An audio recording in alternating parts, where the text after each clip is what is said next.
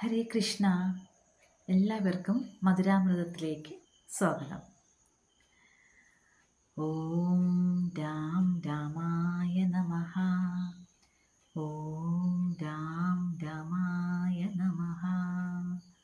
ഓം രാം രാമായ നമഃ. ഹരേ കൃഷ്ണ. രാമകഥയിലൂടെയാണ് നമ്മൾ സഞ്ചരിച്ചു കൊണ്ടിരിക്കുന്നത്.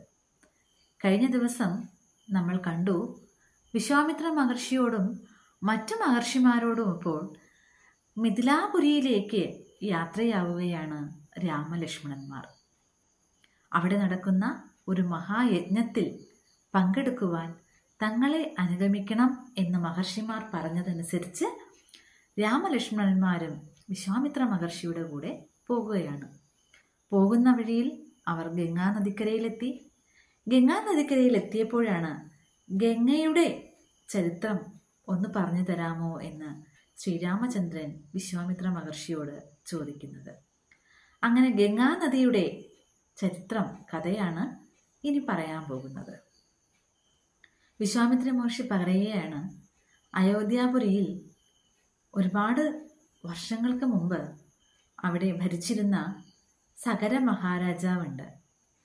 സഗര മഹാരാജാവിന് 2 പത്നിമാരാണ്, കേശിനിയും സുമതിയും. പക്ഷേ ഇവർക്ക് 2 പേർക്കും സന്താനഭാഗ്യമില്ലായിരുന്നു. അങ്ങനെ സഗര മഹാരാജാവ് ഹിമാലയ പർവ്വതത്തിലെ തപസ്സനുഷ്ഠിക്കാനായി പോയി. അവിടെ വെച്ച് ഭൃഗുമഹർഷിയെ കാണുകയാണ്.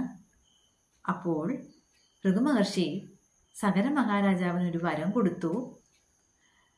നിങ്ങളുടെ ഒരു പത്നിക്ക് നിങ്ങളുടെ വംശം നിലനിർത്താൻ തക്ക ഒരു പുത്രൻ ജനിക്കുകയും മറ്റേ പത്നിയിൽ 60,000 പുത്രന്മാർ ജനിക്കുകയും ചെയ്യുമെന്ന്. ഇത് കേട്ട് പത്നിമാർ ചോദിച്ചു, തങ്ങളിൽ ആർക്കാണ് ഒരു പുത്രനും ആർക്കാണ് 60,000 പുത്രന്മാരും എന്ന്. അപ്പോൾ മഹർഷി പറഞ്ഞു, അത് നിങ്ങൾ തന്നെ തീരുമാനിക്കേണ്ടതാണ്. അങ്ങനെ മൂത്ത പത്നി തനിക്ക് ഇക്ഷ്വാകു വംശം നിലനിർത്താൻ പോകുന്ന ഒരു പുത്രൻ മതിയെന്നും ഇളയ പത്നിയായ സുമതി 60,000 പുത്രന്മാർ വേണമെന്നും ആഗ്രഹിച്ചു. അത് പ്രകാരം അവർക്ക് 2 പേർക്കും അങ്ങനെ തന്നെ ഉണ്ടായി.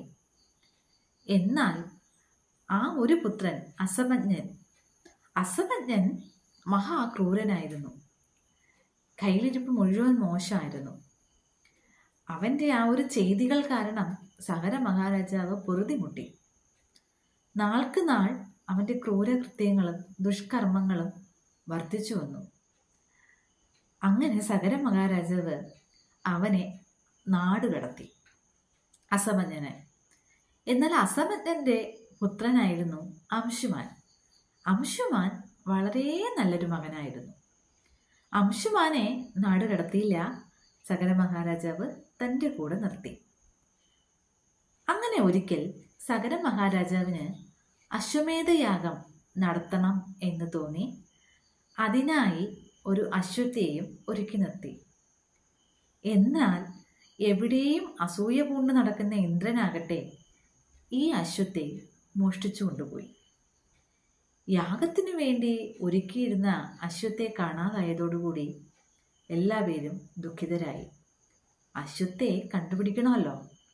അങ്ങനെ സഗര മഹാരാജാവ് തൻ്റെ 60,000 പുത്രന്മാരോടും ഭൂമി മുഴുവനും അന്വേഷിച്ച് ആ അശ്വത്തെ കണ്ടുപിടിച്ച് തിരികെ എത്തിക്കാൻ ആവശ്യപ്പെട്ടു. അവർക്ക് നേതൃത്വം കൊടുക്കാനായി അംശുമാനെയും ചുമതലപ്പെടുത്തി. അങ്ങനെ 60,000 പുത്രന്മാരും അശ്വത്തെ അന്വേഷിച്ച് ഭൂമി മുഴുവനും നടന്നു.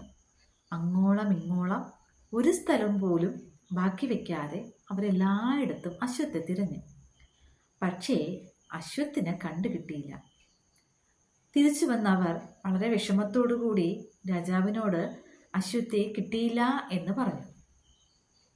അപ്പോൾ രാജാവ് പറഞ്ഞു, ഭൂമി മുഴുവനും നോക്കിയില്ലേ, ഇനി ഭൂമിക്ക് അടിയിലും കൂടെ നോക്കിക്കൂടോ? അങ്ങനെ അവർ വീണ്ടും പോയി ഭൂമി കുഴിക്കാൻ തുടങ്ങി. ഭൂമി കുഴിച്ച് രസാതലം വരെ എത്തിയപ്പോഴാണ് അവിടെ കപില മഹർഷി രസാതലത്തിൽ തപസ് ചെയ്യുന്നു. കപില മഹർഷിയുടെ അടുത്തായിട്ടോ മോഷ്ടിക്കപ്പെട്ട അശ്വത്ഥയെയും കെട്ടിയിട്ടിരിക്കുന്നു. അങ്ങ് ഈ പുത്രന്മാർ 60,000 പുത്രന്മാർ വിചാരിച്ചു ഈ അശ്വത്തെ കപില മഹർഷിയാണ് മോഷ്ടിച്ചതെന്ന്. കള്ളൻ എന്നുള്ള പേര് വിളിച്ച് വധിക്കാനായി ആയുധങ്ങളൊക്കെ എടുത്തുകൊണ്ട് അവർ ആക്രമിക്കാനായിട്ട് വന്നപ്പോൾ കപില മഹർഷിക്ക് പെട്ടെന്ന് ദേഷ്യം വന്നു. കപില മഹർഷി അവരെ ശപിച്ചു. അങ്ങനെ 60,000 പുത്രന്മാരും ഭസ്മമായിപ്പോയി, രസാതലത്തിൽ ഭസ്മമായി. ഇവിടെ യാഗം നടത്തുവാനായി അശ്വത്ഥയെ നോക്കിയിരുന്ന രാജാവിന് അശ്വത്ഥയെയും കണ്ടില്ല, അന്വേഷിച്ചു പോയ 60,000 പുത്രന്മാരെയും കണ്ടില്ല. അപ്പോൾ എന്ത് ചെയ്തു? അംശുമാനെ പറഞ്ഞയച്ചു.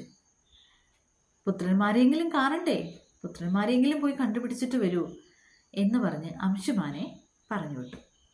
അംശുമാനെ ഈ ഭൂമി മുഴുവനും തൻ്റെ മാതുലന്മാരെയും അശ്വത്ഥയെയും തിരക്കിയെങ്കിലും കണ്ടില്ല. അങ്ങനെ നോക്കിയപ്പോഴാണ് ഒരിടത്ത് ഒരു വിടവുണ്ട്, ഭൂമി വിണ്ട് കീറിയിരിക്കുന്നു. അതുവഴി അംശുമാനും താഴേക്ക് പോയി. അംശുമാൻ താഴെ പോയപ്പോൾ രസാതലത്തിൽ കണ്ടത് ഭസ്മമായി കിടക്കുന്ന തൻ്റെ മാതുലന്മാരാണ്.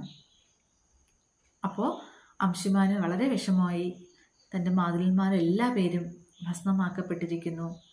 അങ്ങനെ അവിടെ വിഷമിച്ചിരിക്കുമ്പോൾ ഇവർക്ക് തർപ്പണം ചെയ്താൽ കൊള്ളാം എന്ന ഒരാഗ്രഹം അംശുമാനുണ്ടായി.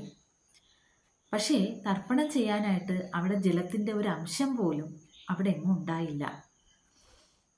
അങ്ങനെ ഇരിക്കുമ്പോഴാണ് ഗരുഡസ്വാമി പ്രത്യക്ഷനായിട്ട് പറയുകയാണ്, അംശുമാനെ വിഷമിക്കേണ്ട, ഗംഗാനദിയെ ഭൂമിയിലേക്ക് എത്തിക്കാനായിട്ടുള്ള ഒരു നിമിത്തമാണ് നിന്റെ ഈ മാതുലന്മാര്.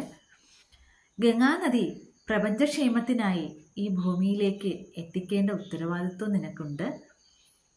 നീ ഇപ്പോൾ ഒരു കാര്യം ചെയ്യൂ, ഈ അശ്വത്ഥയുമായി പോയി ആ യാഗം മുഴുമിപ്പിക്കൂ. അതിനുശേഷം ഗംഗയെ ഭൂമിയിലേക്ക് എത്തിക്കണം. ഗംഗാനദി ഭൂമിയിൽ എത്തുന്നതോടുകൂടി നിന്റെ മാതുലന്മാർക്ക് സ്വർഗപ്രാപ്തി ഉണ്ടാകുന്നതാണ്. ഇത് കേട്ട് അംശുമാൻ അശ്വത്ഥയെയും കൊണ്ട് സഗര മഹാരാജാവിൻ്റെ അടുത്ത് ചെന്നു. നടന്ന കാര്യങ്ങളൊക്കെ പറഞ്ഞു. അശ്വമേധയാഗം മംഗളകരമായി പൂർത്തീകരിച്ചു. അതിനുശേഷം അംശുമാൻ പറഞ്ഞ കാര്യത്തെക്കുറിച്ച് ചിന്തിച്ചുകൊണ്ട് സഗര മഹാരാജാവ് എങ്ങനെയും ഗംഗയെ ഭൂമിയിൽ എത്തിക്കണം എന്ന ഒരു ആഗ്രഹവുമായി തപസ് ചെയ്തു. പക്ഷേ അത് ലക്ഷ്യം കണ്ടില്ല. അതിനു മുന്നേ തന്നെ സഗര മഹാരാജാവ് ഇഹലോകവാസം വെടിഞ്ഞു. അദ്ദേഹത്തിൻ്റെ പുത്രനായ അംശുമാനുണ്ടല്ലോ, പേരക്കുട്ടിയാണല്ലോ, അംശുമാനും അതുപോലെ തന്നെ തൻ്റെ പുത്രനായ ദിലീപിനെ രാജ്യഭാരമെല്ലാം ഏൽപ്പിച്ചിട്ട് തപസ്സിനായി പോയി. ഗംഗാനദിയെ ഭൂമിയിലേക്ക് എത്തിക്കണം എന്നതായിരുന്നു തപസ്സിൻ്റെ ലക്ഷ്യം. പക്ഷേ അംശുമാനും അതിന് കഴിഞ്ഞില്ല. അദ്ദേഹവും അതിനു മുന്നേ തന്നെ സ്വർഗപ്രാപ്തി നേടിപ്പോയി. ദിലീപിനും ഇതുപോലെ തന്നെ അദ്ദേഹത്തിൻ്റെ പുത്രനായ ഭഗീരഥൻ രാജ്യഭാരം ഏൽപ്പിച്ചിട്ട് അദ്ദേഹവും ഗംഗയെ ഭൂമിയിൽ എത്തിക്കണം എന്നുള്ള ആഗ്രഹവുമായി പോയി.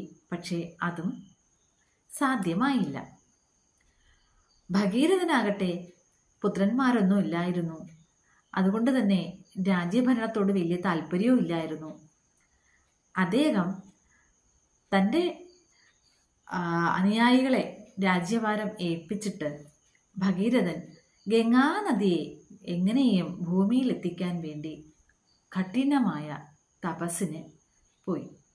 അങ്ങനെ വർഷങ്ങളോളം ആയിരക്കണക്കിന് വർഷം തപസ് ചെയ്തു ബ്രഹ്മാവിനെ പ്രത്യക്ഷപ്പെടുത്തി. ബ്രഹ്മാവ് ആഗ്രഹം ചോദിച്ചു. ഭഗീരഥൻ പറഞ്ഞു, എൻ്റെ മുതുമുത്തച്ഛന്മാരുടെ ചിതാഭസ്മം രസാതലത്തിലുണ്ട്. അവർക്ക് മോക്ഷപ്രാപ്തി വേണമെങ്കിൽ ഗംഗ നദി ഭൂമിയിലേക്ക് വന്നാലേ പറ്റുള്ളൂ.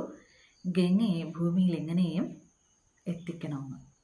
അപ്പോൾ ബ്രഹ്മാവ് പറഞ്ഞു, ശരി, അങ്ങനെയാകട്ടെ, ഗംഗാനദിയെ ഭൂമിയിലേക്ക് വരുത്താം. പക്ഷേ ഗംഗയുടെ ആ ശക്തി താങ്ങാൻ ഭൂമിക്ക് ശക്തിയില്ല. അപ്പോൾ അതിനെന്താ ചെയ്യുക? മഹാദേവനെ പ്രീതിപ്പെടുത്തണം. മഹാദേവൻ ഗംഗയെ ശിരസിൽ വഹിക്കുകയാണെങ്കിൽ മാത്രമേ ഗംഗയ്ക്ക് ഭൂമിയിലേക്ക് വരാൻ കഴിയുകയുള്ളൂ. അങ്ങനെ ഭഗീരഥൻ വീണ്ടും ഒറ്റ വിരലിൽ നിന്നുകൊണ്ട് വർഷങ്ങളോളം കഠിന തപസ് ചെയ്തു മഹാദേവനെ പ്രീതിപ്പെടുത്താനായിട്ട്. ആ തപസ്സിൽ സന്തുഷ്ടനായ മഹാദേവൻ പ്രത്യക്ഷനായി. അദ്ദേഹം ഭഗീരഥൻ പറഞ്ഞ ആഗ്രഹം ശിരസാ വഹിച്ചു. ഗംഗയെ ഞാൻ എൻ്റെ ശിരസിലേറ്റിക്കൊള്ളാം എന്ന് സമ്മതിച്ചു. അങ്ങനെ ഗംഗാനദി ഭൂമിയിലേക്ക് പ്രവഹിക്കാൻ തുടങ്ങിയപ്പോൾ ഗംഗാദേവിക്കൊരു സംപ്രീതിയല്ല. അപ്പോൾ ഗംഗാദേവിക്ക് ഒരു അസ്വസ്ഥത. എന്താന്ന് വെച്ചാൽ പരമശിവനിൽ കൂടെയാണ് ഭൂമിയിലേക്ക് വരേണ്ടത്. പരമശിവനുമായിട്ടുള്ള സമ്പർക്കം കാരണം താൻ അശുദ്ധയാകുമോ എന്ന ഒരു സംശയം ഗംഗാദേവിയിൽ അതൊരു അതൃപ്തിയായിട്ട് ഇങ്ങനെ നിൽക്കുകയാണ്. അപ്പോൾ ഇത് അറിഞ്ഞ് മഹാദേവന് വല്ലാത്ത കോപമായി. തന്നെ നിന്ദിക്കുന്നതിന് തുല്യമാണ് ഗംഗാദേവിയുടെ ഇങ്ങനെ ഒരു സംശയം എന്ന് ഓർത്തിട്ട് മഹാദേവൻ എന്ത് ചെയ്തു? ഗംഗാദേവിയെ തൻ്റെ ജടയ്ക്കുള്ളിൽ അങ്ങനെ കെട്ടിവെച്ചു. പുറത്തേക്ക് പോകാൻ സമ്മതിച്ചില്ല. അങ്ങനെ ഗംഗാദേവി മഹാദേവന്റെ ജടയ്ക്കുള്ളിൽ അകപ്പെട്ടുപോയി. പാവം ഭഗീരഥൻ പിന്നെയും തപസ് ചെയ്തു. ഭഗീരഥന്റെ കഠിനമായ തപസ്സിൽ മഹാദേവന്റെ കോപം അലിഞ്ഞലിഞ്ഞില്ലാതെയായി. മഹാദേവനോട് ഭഗീരഥൻ പറഞ്ഞു, അല്ലയോ ഭഗവാനെ, ഗംഗാദേവിയെ എങ്ങനെയും ഭൂമിയിലേക്ക് വരാൻ അനുവദിക്കണം. കാരണം എൻ്റെ മുതുമുത്തച്ഛന്മാർ മോക്ഷം കിട്ടാതെ രസാതലത്തിൽ കഴിയുകയാണ്. അവർക്ക് മോക്ഷം വേണം. പ്രപഞ്ചക്ഷേമത്തിന് ഗംഗാദേവി വന്നേ പറ്റൂ. അങ്ങനെ ആ കോപമൊക്കെ മാറിയിട്ട് മഹാദേവൻ ഗംഗയെ ഭൂമിയിലേക്ക് ഗമനം ചെയ്യാൻ അനുവദിച്ചു. അങ്ങനെ ഗംഗാദേവി ഭൂമിയിലേക്ക് ഒഴുകി 7 അരുവികളായി വേർപിരിഞ്ഞു. അതിൽ ഒരു നദിയെ ഭഗീരഥൻ അനുഗമിച്ചു. ആ ഗംഗാനദി ഒഴുകി ഒഴുകി ഒഴുകി വന്ന് ജഗ്നു മഹർഷിയുടെ ആശ്രമത്തിൻ്റെ അതിലേ വന്നു. ആശ്രമം വെള്ളത്താൽ അങ്ങ് മൂടപ്പെട്ടുപോയി. അപ്പോൾ ജഗ്നു മുനിക്ക് ദേഷ്യമായി. അദ്ദേഹം എന്ത് ചെയ്തു? ഗംഗയെ മുഴുവനോടെ അങ്ങ് വിഴുങ്ങി. വീണ്ടും ഗംഗ ജഗ്നു മഹർഷിയുടെ വയറ്റിലായി. അവിടെ നിന്ന് ദേവന്മാരെല്ലാവരും വന്ന് ജഗ്നു മഹർഷിയുടെ കാല് പിടിച്ചു. ഗംഗയെ എങ്ങനെയും പുറത്തെത്തിക്കണം, ഗംഗയെ അങ്ങയുടെ പുത്രിയുടെ സ്ഥാനത്തിന് കണക്കാക്കണം എന്നൊക്കെ പറഞ്ഞ് കുറേ ഇങ്ങനെ അനുനയിപ്പിച്ചപ്പോൾ ജഗ്നു മഹർഷിയും ഓക്കെ, സന്തോഷമായി. അങ്ങനെ ഗംഗയെ വീണ്ടും പുറത്തെത്തിച്ചു. ഗംഗാനദി ഒഴുകി ഒഴുകി വന്നു. ഭൂമിയിലെ ആ വിടവ്, ആ 60,000 പുത്രന്മാർ രസാതലത്തിലേക്ക് പോകാനായിട്ട് ഉണ്ടാക്കിയ ആ വിടവിൽ കൂടെ ഗംഗാദേവി താഴേക്ക് ഇറങ്ങി.